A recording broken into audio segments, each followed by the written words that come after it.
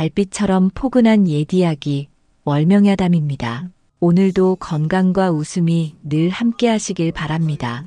구독과 좋아요로 함께 해주시면 더 많은 이야기를 들려드릴 수 있습니다. 자, 이제 달빛 같은 이야기 속으로 함께 걸어가 보겠습니다.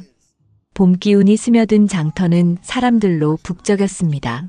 곡식을 파는 상인의 외침, 생선을 다듬는 칼소리, 아낙네들의 흥정 소리가 뒤섞여 활기가 넘쳤지요. 그 장터 한 구석에 낡은 회색 저고리를 걸친 젊은이가 쪼그리고 앉아 있었습니다. 그는 22살 총각 박석돌이었습니다. 저고리는 여러 번 기운 흔적이 있었고 남색 바지는 무릎이 다 닳아 있었지요. 그러나 눈빛만큼은 맑고 또렷하여 허름한 차림에도 기품이 엿보였습니다. 허허, 저 총각 또 왔구먼. 두부를 파는 김영감이 혀를 차며 말했습니다.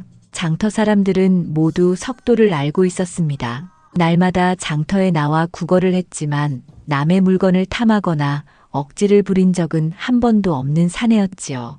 석돌이 조심스럽게 입을 열었습니다. 영감님, 오늘도 혹 남은 두부 한 모만 나누어 주실 수 있겠습니까? 목소리는 낮았지만 또렷했고 말씨에는 공손함이 배어 있었습니다.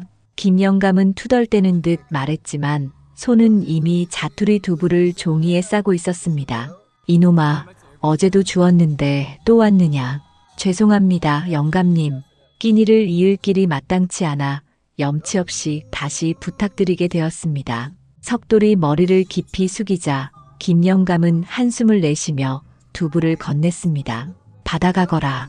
하지만 총각, 언제까지 이렇게 구걸만 하겠느냐.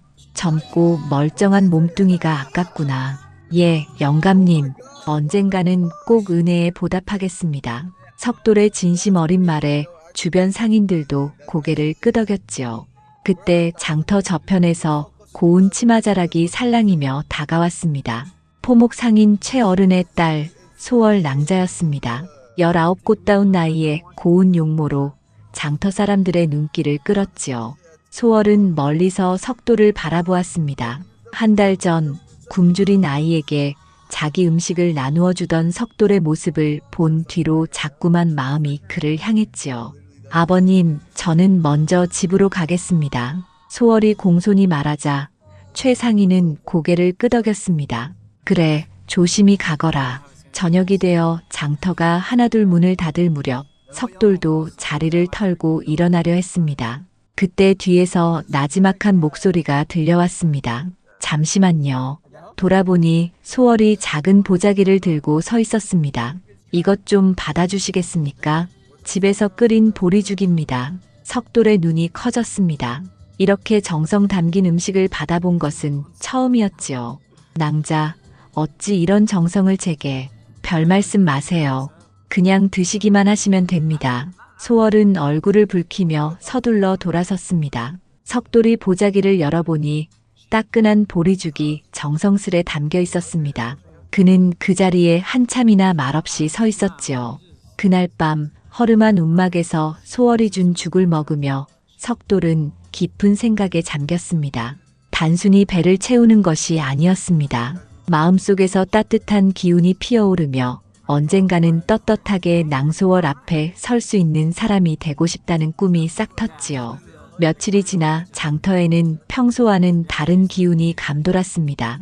사람들이 웅성거리며 한 곳으로 모여들고 있었지요. 장터 한가운데 평상을 펴고 앉은 백발의 노인 때문이었습니다. 저희가 바로 그 유명한 관상가라 하더군. 송대윤이라 하던가. 한양에서도 이름이 났다지. 상인들이 수군거렸습니다. 송대윤은 70이 넘은 나이였지만 눈빛은 여전히 번뜩였고 흰 수염이 가슴에 드리워져 범상치 않은 기운을 풍겼습니다. 회색 도포 차림의 모습은 기골이 장대해 보였지요. 자, 이 늙은이가 오늘은 여러분의 관상을 받으리리다. 돈 한 푼 받지 않겠으니 부담 갖지 마시오. 노인의 부드러운 목소리에 더 많은 이들이 몰려들었습니다. 석돌도 멀찌감치 서서 구경하고 있었습니다. 어르신, 제 관상도 좀 봐주십시오. 두부를 파는 김영감이 제일 먼저 나섰습니다. 송대윤이 그의 얼굴을 한참 들여다보더니 고개를 끄덕였습니다. 영감은 평생 성실하게 장사할 팔자일세. 큰 부기는 아니나 먹고 사는 근심은 없겠구려. 아이고, 참으로 고맙습니다. 김영감이 환하게 웃으며 물러났습니다. 그 뒤로도 사람들이 줄을 섰습니다. 포목 좌판 앞에서도 최상인이 딸에게 속삭였습니다. 소월아, 너도 한번 관상을 보여드려라. 아버님, 저는 괜찮습니다. 소월이 수줍어하며 손사래를 쳤지만 최상인은 억지로 앞으로 밀어냈습니다. 송대윤은 소월의 얼굴을 살피더니 미소를 지었습니다. 낭자는 마음이 고우며 복스러운 기운을 지녔구나. 머지않아 좋은 인연을 만나리라. 소월은 얼굴이 붉어져 아버지 뒤로 숨었습니다. 그때 송대윤의 시선이 멀리 서 있던 석돌에게 닿았습니다. 저기 젊은이, 이리 와보게. 사람들이 동시에 고개를 돌리자 석돌은 당황해 뒷걸음질 쳤습니다. 저는 사양하겠습니다. 사양할 것 없네. 젊은이 얼굴에 묘한 기운이 보이는구나. 사람들이 웅성거렸습니다. 저 거지가 뭐가 특별하다고. 맨날 구걸이나 하는 놈인데. 비아냥이 쏟아졌지만 송대윤은 아랑곳하지 않고 손짓했습니다. 석돌은 마지못해 앞으로 나섰습니다. 어르신, 저 같은 천한 사내가 관상을 볼 자격이 있겠습니까? 관상이란 벼슬이나 신분을 가리는 게 아니네. 사람의 기륭화복을 살피는 것일 뿐이지. 송대윤은 석돌의 얼굴을 오래도록 살펴보았습니다. 그러다 눈을 크게 뜨더니 무릎을 치며 말했습니다. 오호라, 이런 관상을 보다니. 사람들이 일제히 목을 빼고 구경했습니다. 어떤 상입니까, 어르신? 최상인이 물었습니다. 송대윤이 엄숙하게 말했습니다. 젊은이, 그대 눈빛에 재물이 깃들어 있네. 석돌은 어리둥절했습니다. 저 말씀이 제게 해당된다 하십니까?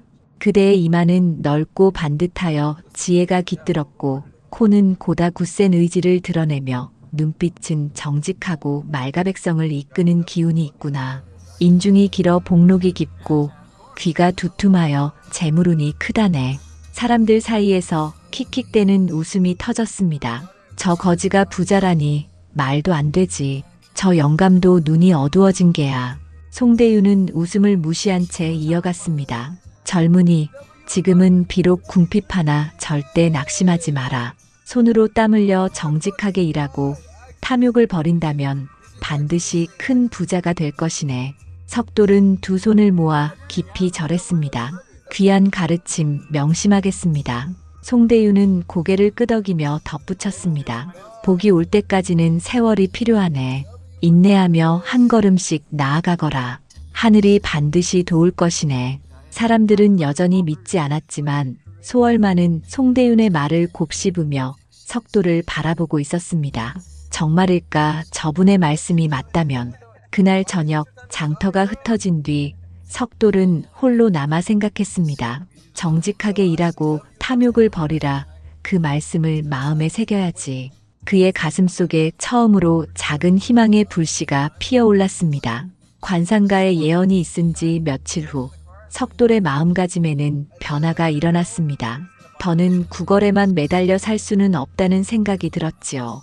송대윤 어르신의 말씀대로 손으로 땀 흘려 정직하게 살아야겠다는 결심을 굳혔습니다. 새벽 닭이 울 무렵 석돌은 장터로 나가 일거리를 찾아 헤맸습니다. 상인들이 하나둘 나와 좌판을 벌이기 시작할 때였지요. 혹시 일손이 필요하시면 저를 써주십시오. 그가 큰 소리로 외쳤으나 사람들은 고개를 저었습니다. 저 거지놈이 무슨 일을 할 수 있겠어. 얻어먹고 사는 게 편할 터인데. 냉랭한 반응이 이어졌지만 석돌은 굴복하지 않았습니다. 한 곳에서 거절당하면 다른 곳으로 옮겨가 다시 물어보았지요. 그때 장터 어귀에서 무거운 나무짐을 진 노인이 보였습니다. 70이 넘은 박영감이라 불리는 나무꾼이었습니다. 영감님, 제가 도와드리겠습니다. 석돌이 달려가 나무 더미를 받쳐들었습니다. 이 젊은이가. 박영감이 놀란 눈빛으로 그를 보았습니다. 영감님 혼자 지시기엔 벅차 보입니다. 제가 함께 져드리겠습니다. 석돌의 진심 어린 말에 노인의 얼굴이 풀렸습니다. 그래, 수고 좀 해주겠나? 두 사람은 함께 나무 더미를 장터 안쪽까지 날랐습니다. 석돌은 무거운 짐에도 끝까지 포기하지 않았지요. 아이고, 고맙구나. 젊은이, 자네라면 훌륭한 일꾼이 될 수 있겠네. 내일도 나무를 날라야 하는데 도와줄 수 있겠나? 석돌의 눈빛이 반짝였습니다. 정말이십니까? 예, 꼭 돕겠습니다. 그럼 새벽 닭이 울 무렵에 장터 어기로 나오게. 품삯은 하루에 쌀 한 대쯤 줄 수 있을 게다. 이렇게 해서 석돌의 첫 품팔이가 시작되었습니다. 다음 날부터 그는 박 영감과 함께 산에 올라 나무를 베고 나르기 시작했습니다. 처음에는 허리가 휘청거렸지만 며칠이 지나자 요령이 붙었지요. 허허, 젊은이 참 성실하구나. 박 영감이 흐뭇하게 말했습니다. 석돌은 힘이 빠져도 중간에 그만두지 않았고 넘어져도 다시 일어나 짐을 졌습니다. 며칠 뒤에는 곡식을 나르는 일도 맡게 되었습니다. 쌀과 보리 가마니를 지고 이 집 저 집으로 배달하는 일이었지요. 저기 박석돌 아니냐? 그 거짓말이야?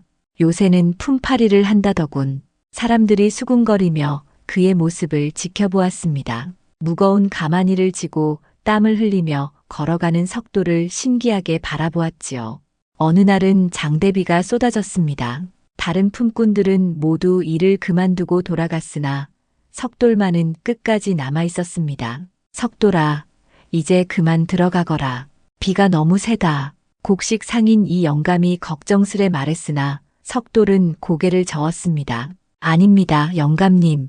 약속한 일은 끝까지 해야 합니다. 빗물에 흠뻑 젖은 채 그는 마지막 가마니까지 나른 뒤에야 발걸음을 돌렸습니다. 이런 날들이 쌓이자 장터 사람들의 시선이 달라지기 시작했습니다. 저 총각 참 부지런하네. 일을 맡기면 틀림없이 해내는구먼. 믿음직하니 앞으로는 안심하고 시켜도 되겠지. 소월도 그런 변화를 곁눈질로 지켜보고 있었습니다. 포목 좌판을 거들면서도 틈틈이 석돌의 모습을 살펴보았지요. 참 대단하시네. 비 오는 날에도 끝까지 일을 마치시다니. 처음에는 불쌍해서 도왔던 마음이었으나 이제는 그의 성실한 모습에 존경과 호감이 더해지고 있었습니다. 어느 저녁 소월은 몰래 석돌이 쉬는 곳으로 찾아왔습니다. 그날도 석돌은 해가 질 때까지 일을 마치고 돌아와 있었습니다. 오늘 하루도 고생 많으셨습니다. 소월이 조심스레 다가가며 말했습니다. 아, 소월 낭자. 석돌이 놀라며 일어났습니다. 오늘 집에서 죽을 끓였는데 드셔주시지요. 소월이 보자기를 내밀었습니다. 낭자, 이제는 품삯을 받아 끼니를 잊습니다. 더는 신세를 져선 안 되지요. 석돌이 정중히 사양했으나 소월은 고개를 저었습니다.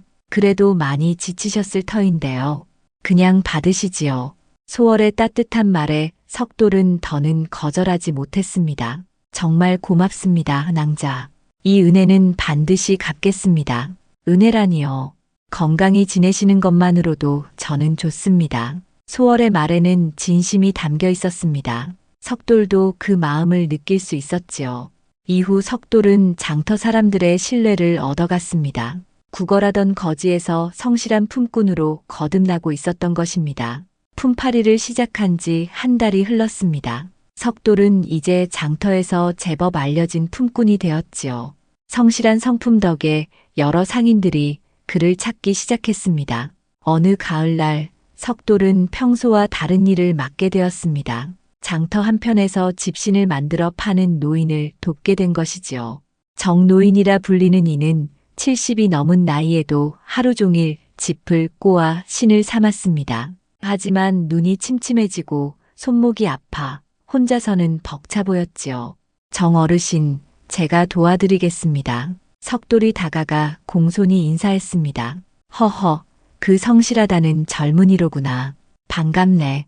정노인은 이미 석돌의 이름을 들어 알고 있었습니다. 무엇을 도와드리면 되겠습니까? 저기 쌓인 집단을 이리로 옮겨주게. 이 늙은 몸으론 무거운 걸 나르기가 힘들어. 석돌은 곧장 집단을 하나씩 옮겨다 놓았습니다. 정노인은 그의 부지런한 손길을 흐뭇하게 바라보았지요. 젊은이, 집신 삼는 것을 본 적 있나? 아니옵니다, 어르신. 처음입니다. 그렇다면 구경이라도 하게. 이것도 다 기술이네. 정노인은 손끝으로 짚을 고르며 보여주었습니다. 거친 짚이 그의 손에서 차츰 부드럽게 꼬여나가고 금세 튼튼한 끈이 되었습니다. 먼저 짚을 고르는 게 중요하네. 너무 마른 것도 너무 습한 것도 좋지 않지. 그런 다음 이렇게 세 가닥으로 나누어 꼬아야 한다네. 너무 세게 꼬면 끊어지고 너무 약하면 풀어지지. 석돌은 눈을 크게 뜨고 지켜보았습니다. 그의 손놀림은 예술 같았지요.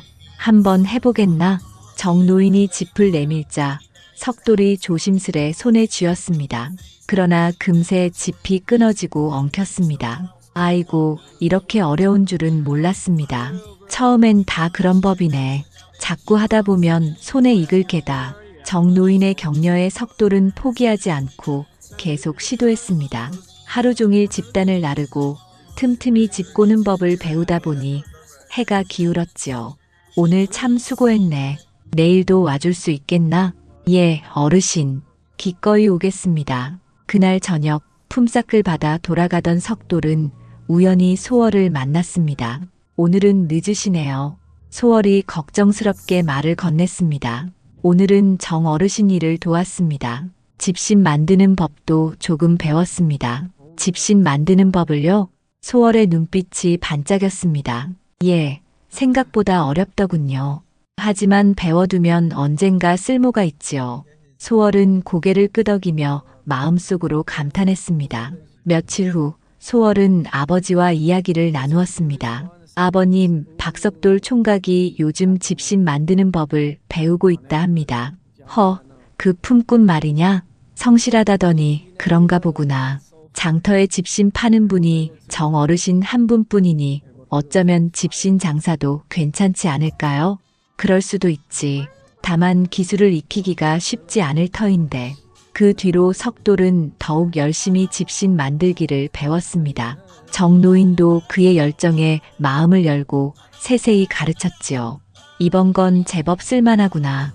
일주일이 지나자 정노인은 석돌의 집신을 보며 고개를 끄덕였습니다. 아직 서투르지만 꾸준히 하면 분명 튼튼한 집신을 삼을 수 있을 게다. 하지만 명심하거라. 기술보다 더 귀한 건 정성이지. 예, 어르신. 꼭 명심하겠습니다. 한 달쯤 지나자 석돌은 스스로 신을 신을 만한 집신을 만들 수 있게 되었습니다. 어느 날 저녁 소월이 다시 찾아왔습니다. 이번에는 보자기 속에 집단이 들어 있었습니다. 낭자, 이건 무엇입니까? 집단입니다. 집 뒤에 쌓여 있던 것인데 집신 삼으실 때 도움이 될까 하여 가져왔습니다.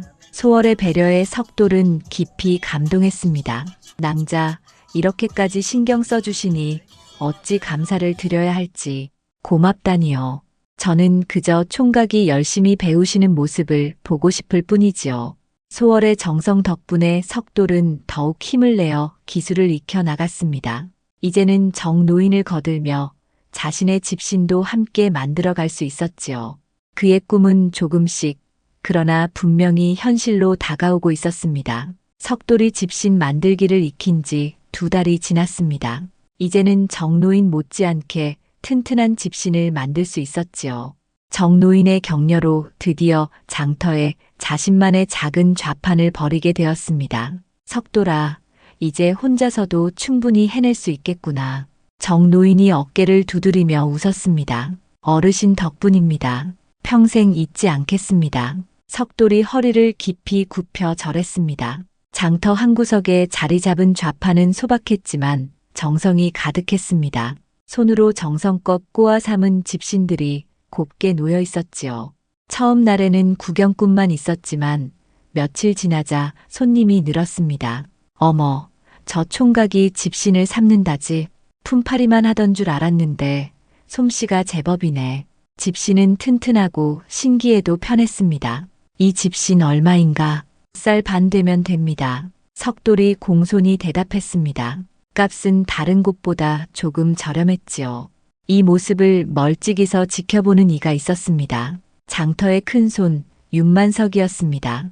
윤만석은 쉰을 넘긴 나이에 살집이 두둑한 사내로 장터의 곡식과 포목을 비롯해 여러 장사를 쥐락펴락했습니다. 대대로 부를 쌓아온 집안이라 그의 영향력은 상당했지요. 저놈이 제법 장사를 키워가는구먼. 윤만석의 얼굴에 불쾌한 기색이 떠올랐습니다. 처음엔 불쌍한 거짓쯤으로 여겼는데 이제는 제법 상인 행세를 하니 눈엣 가시 같았지요. 옆에서 심부름하던 덕팔이 물었습니다. 주인어른, 저 총각이 그리 신경 쓸 만한 사람입니까? 내 놈은 모르는 소리다. 장사는 작은 것에서 시작하는 법. 저놈을 내버려 두면 언젠가 우리 같은 상인들을 위협하게 된다. 윤만석의 눈빛이 매서워졌습니다. 며칠 뒤 그는 덕팔을 불러 은밀히 일렀습니다. 덕팔아, 한양에 올라가 집신 장수 하나 데려오너라. 돈은 넉넉히 줄 테니 솜씨 있는 자로. 예, 주인어른. 그런데 어찌하여. 모를 소리 말라. 저 박석돌이란 놈을 장터에서 몰아내려는 것이다. 덕팔은 고개를 끄덕였습니다. 직접 손을 쓰면 체면이 깎이니 경쟁자를 세워 밀어내려는 계책이었지요. 열흘 뒤 덕팔이 한 사내를 데리고 돌아왔습니다. 이름은 김치수, 30 후반 나이로 겉보기에는 번듯해 보였습니다. 주인어른, 이 사람입니다. 한양에서 몇 해 집신 장사를 했다 합니다. 그래, 김치수라 했나? 예, 그렇습니다. 윤만석은 흡족히 고개를 끄덕였습니다. 좋다. 장터에 자리를 잡게 해주마. 미천과 자리값은 내가 대겠다. 정말 고맙습니다, 어른. 김치수가 깊이 허리를 숙였습니다. 허나 조건이 있다. 다른 집신 장수를 꺾어야 한다. 알겠는가? 김치수의 입가에 교활한 웃음이 번졌습니다. 염려 마십시오. 맡겨만 주시면 됩니다. 그리하여 윤만석의 계책이 시작되었습니다. 며칠 뒤 김치수는 석돌 좌판 바로 맞은편에 터를 잡았습니다. 윤만석이 넉넉히 미천을 대주었기에 좌판은 크고 번듯했습니다. 어허, 집신 장수가 또 생겼구먼. 새로운 자리가 훨씬 화려하네. 사람들이 김치수의 좌판을 기웃거렸습니다. 김치수는 목청을 도두어 외쳤습니다. 한양에서 배운 솜씨로 삼은 집신이요. 질도 다르고 값도 싸니 어서들 오시오. 겉모습은 번듯했지만 서둘러 만든 집신은 금세 헤어지는 질 낮은 것이었습니다. 그러나 처음엔 이를 아는 이가 없었지요. 게다가 김치수는 윤만석의 지원 덕에 석돌보다 값도 싸게 팔았습니다. 여긴 값이 더 싸네. 한양 솜씨라니 믿을만하겠지. 사람들이 김치수 좌판으로 몰려들었습니다. 석돌은 이를 조용히 지켜보았습니다. 갑자기 나타난 경쟁자 탓에 장사가 어려워졌으나 서두르지 않았습니다. 오히려 더 정성을 들여 집신을 꼬았지요. 소월 또한 걱정스레 그 모습을 바라보았습니다. 성실히 살아가는 석돌이 또다시 어려움에 부딪히는 것이 안타까웠지요. 하지만 아직 진짜 승부는 시작되지도 않았습니다. 김치수가 장터에 좌판을 벌인 지 보름이 지났습니다. 처음에는 그의 번듯한 자리와 싼 값에 혹해 많은 이들이 몰려들었으나 시간이 지나자 문제가 드러나기 시작했지요. 아이고, 이게 무슨 꼴이야. 집신이 벌써 다 풀려버렸구먼. 장터에서 나무를 팔던 김할머니가 성을 내며 김치수 좌판으로 왔습니다. 사흘 전에 산 집신이 이미 헤어져 형체를 알아보기 어려웠던 것이지요. 할머니, 그건 할머니께서 너무 험하게 신으셔서 그런 것 아니오? 김치수가 억지를 부렸습니다. 뭐라고? 내가 집신을 몇십 년은 신어본 사람인데 이런 허술한 건 처음이야. 김할머니의 목소리가 높아지자 주위 사람들이 모여들었습니다. 무슨 일입니까? 석돌이 다가와 물었습니다. 아, 석돌 총각. 저자에게서 집신을 샀는데 사흘 만에 이렇게 되었단다. 김할머니가 너덜너덜해진 집신을 내밀었습니다. 석돌이 살펴보니 짚을 대충 꼬아 금세 헐어버린 것이었지요. 할머니, 제가 새 집신을 삼아드리겠습니다. 아니, 석돌아, 내가 왜 괜한 손해를 보겠느냐. 괜찮습니다. 같은 장터에서 장사하는 사람으로서 마땅히 해야 할 일이지요. 석돌의 따뜻한 말에 김할머니는 눈시울이 붉어졌습니다. 이런 일은 김치수 좌판에서 자주 벌어졌습니다. 겉모습은 번듯했으나 정성 없는 집신들은 며칠을 못 가 망가지곤 했습니다. 저기 집신은 사면 손해야. 그러게 돈만 날렸지. 사람들 사이에 불만이 퍼져나갔습니다. 반면 석돌의 집신은 달랐습니다. 비록 좌판은 작고 수수했으나 하나하나 정성을 담아 삼은 집신은 오래 신어도 끄떡없었지요. 석돌 총각, 이 집신 참 좋네. 벌써 한 달은 신었는데 멀쩡해. 값도 적당하고 믿을만해. 사람들의 칭송이 석돌에게 모였습니다. 김치수는 점점 초조해졌습니다. 윤만석에게서 받은 미천도 줄어가고 있었지요. 이상하군, 내 집신이 겉으론 더 번듯한데. 그는 혼잣말로 중얼거렸습니다. 문제는 집신뿐 아니라 장사 태도에도 있었습니다. 그는 손님에게 거칠었고 불만을 말하면 오히려 화를 냈습니다. 어느 날 젊은 농부가 성난 얼굴로 찾아왔습니다. 이보시오. 엊그제 산 집신이 하루 만에 이렇게 되었소. 그건 자네가 잘못 신어서 그런 게지. 김치수가 퉁명스레 대답했습니다. 뭐라? 내가 평생 집신을 신어온 사람인데. 시끄럽구려. 괜히 트집 잡지 말고 썩 가보시오. 김치수의 무례한 태도에 농부가 목청을 돋우었습니다. 이런 모렴치한 장사를 다 봤나? 소동을 듣고 장터 사람들이 몰려들었습니다. 그때 석돌이 다가와 조용히 말을 건넸습니다. 어르신, 무슨 일로 화가 나셨습니까? 농부가 사정을 이야기하자 석돌은 고개를 끄덕였습니다. 제가 새 집신을 드리겠습니다. 혹시 불편하면 언제든 말씀해 주시지요. 아니, 총각, 내가 왜 괜한 손해를 보겠느냐. 같은 장터에서 장사하는 이들이니 서로 도와야 한다 생각합니다. 석돌의 말에 농부는 크게 감동했습니다. 고맙네, 총각. 세상에 이런 마음씨 고운 상인이 또 어디 있겠는가. 이런 일이 거듭되자 장터 사람들의 마음은 완전히 석돌에게로 기울었습니다. 석돌 총각은 참 인품이 훌륭해. 저런 사람이야말로 진짜 장사꾼이지. 김치수는 겉만 번지르르하고 속은 엉망이야. 소문은 삽시간에 퍼져나갔습니다. 김치수 좌판은 한산해지고 석돌 좌판에는 사람들이 줄을 섰습니다. 정노인도 그 모습을 흐뭇하게 바라보며 말했습니다. 석돌아, 내 말이 맞지 않았느냐.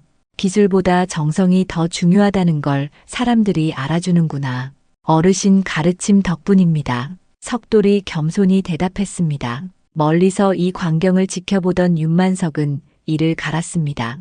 이런, 계획이 어긋났구먼. 곁에 있던 덕팔이 머뭇거리며 말했습니다. 주인어른, 김치수가 너무 성의 없이 일을 하는 듯합니다. 우둔한 놈이지. 겉만 번듯하면 되는 줄 알았던 모양이다. 결국 윤만석의 계책은 실패로 돌아갔습니다. 김치수는 손해만 보고 장터를 떠나갔지요. 소월은 이 모든 과정을 지켜보며 석돌에 대한 마음을 더욱 굳혔습니다. 정말 훌륭하신 분이야.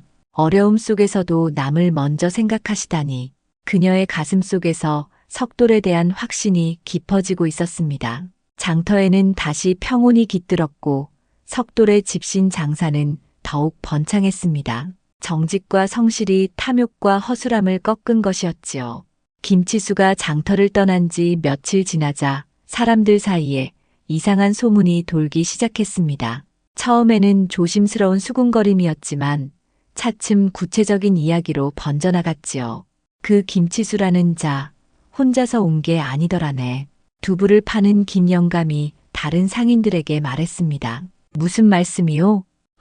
내가 보기엔 누군가 뒤에서 돈을 댔던 게야. 그렇지 않고서야 어찌 처음부터 그렇게 큰 좌판을 벌일 수 있겠나. 사람들이 고개를 끄덕였습니다. 생각해보니 이상한 점이 많았지요. 그러고 보니 석돌이보다 훨씬 헐값에 팔았잖아. 그것도 수상했어. 맞아. 보통 장사꾼이라면 그럴 리 없지. 며칠 지나자 소문은 더 선명해졌습니다. 김치수 뒤에 윤 어른이 있었다더군. 곡식 장수 이 영감이 낮은 목소리로 말했습니다. 윤만석 말이오? 설마 그럴 리가. 누군가 눈으로 봤다 하더군. 윤만석의 종놈 덕파리가 김치수와 함께 다니는 걸 그 말이 돌자 장터가 술렁였습니다. 큰손 윤만석이 하찮은 집신 장수를 견제하려 했다는 얘기였으니 처음엔 믿기 어려웠지요. 그러나 정황을 따져보면 그럴듯했습니다. 아, 그래서 그랬구나. 윤만석이 석돌 총각을 못마땅히 여긴 게야. 큰손이 어쩌자고 그런 속 좁은 짓을 한담. 사람들의 여론은 순식간에 윤만석에게 불리하게 기울었습니다. 윤만석은 소문을 듣고 분노했습니다. 누가 감히 나에 대해 그런 말을 퍼뜨리는 게냐. 주인어른 진정하십시오. 소문은 금세 사라질 겁니다. 덕팔이 달랬지만 윤만석의 성난 기세는 쉽게 가라앉지 않았습니다. 사라지기는 무슨, 벌써 장터 구석구석에 다 퍼졌다. 실제로 그의 말대로 소문은 점점 부풀려져 나갔습니다. 윤만석이 석돌 총각을 시기해서 그랬다더라. 큰손답지 못한 짓이지. 돈이 많으면 뭐하나 마음씨가 그 모양인데. 윤만석이 장터에 나타나면 사람들은 뒤에서 수군거렸습니다. 예전 같으면 윤어른이라 부르며 공손히 인사했지만 이제는 시큰둥한 표정을 짓곤 했지요. 윤어른 안녕하십니까? 최 상인이 예의상 인사를 했으나 예전 같은 정중함은 없었습니다. 그래, 최 영감. 요즘 장사는 잘 되나? 그럭저럭 하고 있지요. 말은 공손했으나 마음이 담기지 않은 대답이었습니다. 윤만석은 사람들의 변한 태도를 뼈저리게 느꼈습니다. 더 심각한 것은 장사에도 영향이 나타난 것이었습니다. 윤만석 물건은 사지 마. 믿을 수 없는 사람이 장사하는 건 사나이답지 않아. 이런 말이 돌자 곡식이며 포목 장사까지 손님이 줄어들었습니다. 주인어른, 이번 달 장사 돈이 작년 같은 달의 절반밖에 안 됩니다. 종이 장부를 내밀며 보고하자 윤만석은 눈을 크게 떴습니다. 뭐라? 절반이라고? 예. 특히 단골 손님들이 등을 돌렸습니다. 윤만석은 그제야 사태의 심각함을 깨달았습니다. 체면 문제를 넘어 장사 그 자체가 기울기 시작한 것이었지요. 어찌 이런 일이. 그는 한숨을 내쉬었습니다. 장터 사람들은 그의 몰락을 지켜보며 수군거렸습니다. 인과응보가 따로 없구먼. 그동안 너무 오만했지. 석돌 같은 착한 총각을 괴롭히려 했으니 당연한 벌이야. 정노인도 흐뭇한 눈빛으로 석돌에게 말했습니다. 석돌아, 보았느냐? 정직하게 사는 사람은 하늘이 돕는다더니 참말로 그런 것 같구나. 어르신, 저는 그저 제 일에 충실했을 뿐입니다. 그게 바로 훌륭한 게야. 남을 해치려 들지 않고 제 할 일에만 마음을 다하는 것. 윤만석의 상황은 갈수록 악화되었습니다. 소문은 장터를 넘어 이웃 마을까지 퍼졌고 그의 평판은 땅에 떨어졌지요. 윤만석이 그런 짓을 했다지? 믿기지 않네. 큰손이 어쩌다 그 지경이 되었담. 돈은 많아도 덕이 없으니 소용없지. 소문이 퍼질수록 윤만석의 장사는 더 기울었습니다. 곡식을 납품하던 농부들도 하나둘 발길을 끊었습니다. 윤어른, 더는 곡식을 대드리기 어렵겠습니다. 왜 그런가? 글쎄요, 다른 데서 더 좋은 값을 준다 해서요. 사실은 그와 거래하면 체면이 서지 않아서였지만 농부는 핑계를 댔습니다. 결국 윤만석은 점점 고립되었습니다. 예전 같으면 모두가 고개를 조아렸지만 이제는 외면할 뿐이었지요. 모두 박석돌 때문이야.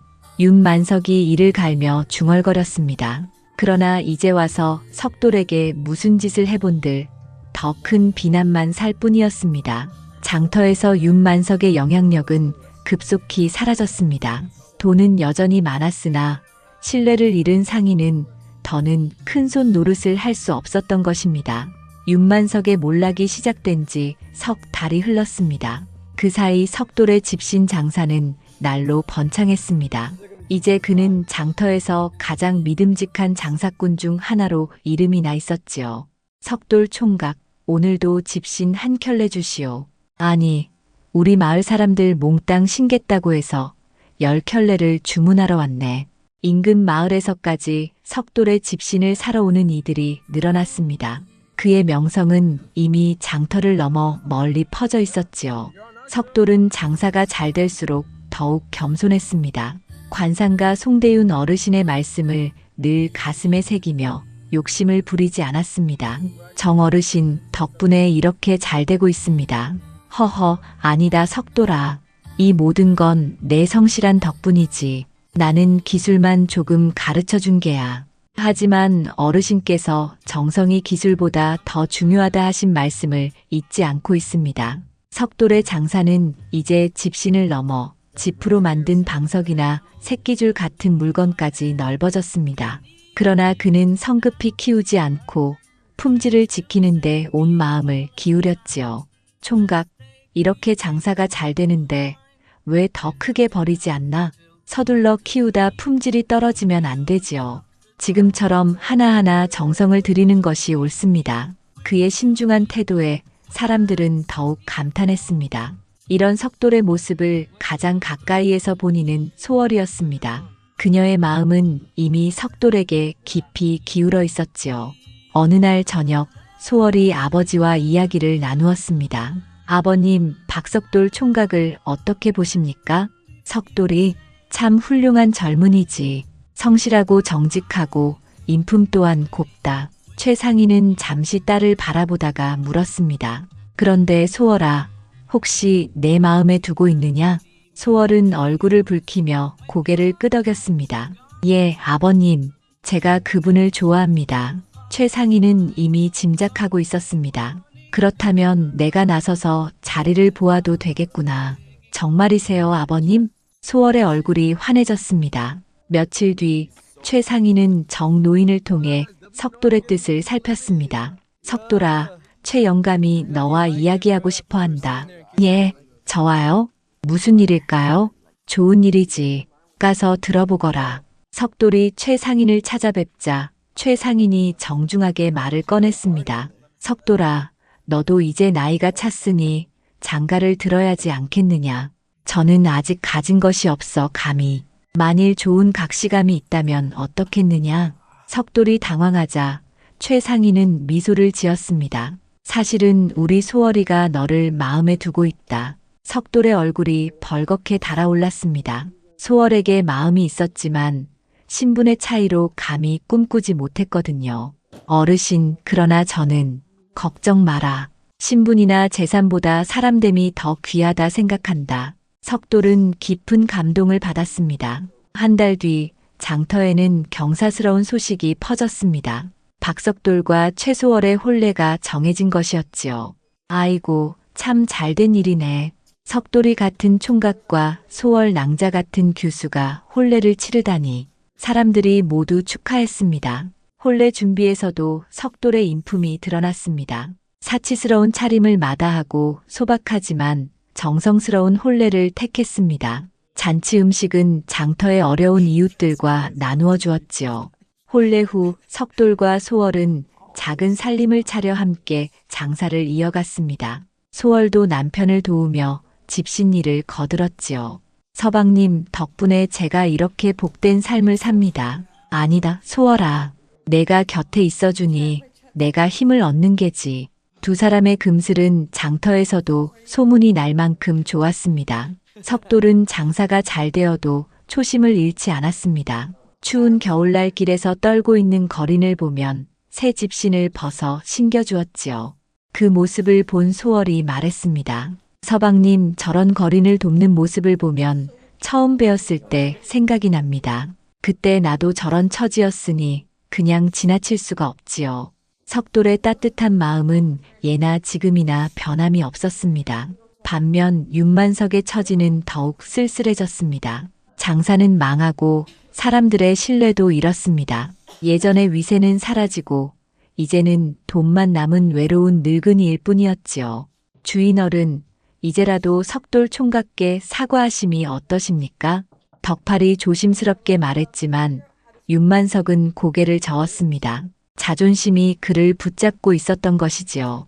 봄이 오자 관상가 송대윤이 다시 장터에 나타났습니다. 허허, 이 늙은이가 괜한 걱정을 했구먼. 젊은이가 일이 훌륭하게 되었구나. 어르신 말씀대로 정직하게 살다 보니 이렇게 되었습니다. 석돌이 깊이 절했습니다. 좋다, 좋아. 이제 그대 얼굴에는 복록이 가득하구나. 앞으로도 지금처럼 살면 더 큰 복이 따를 것이네. 장터 사람들이 그 모습을 지켜보며 입을 모아 말했습니다. 관상가 말이 다 맞았네. 탐욕은 화를 부르고 성실은 복을 부른다더니 그렇구먼. 윤만석은 탐욕으로 망하고 석돌 총각은 성실함으로 번창했지.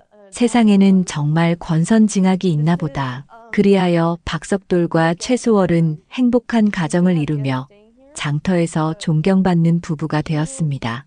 그들의 이야기는 오랫동안 전해 내려오며 정직하고 성실하게 사는 것이 얼마나 귀한지를 일깨워 주었지요.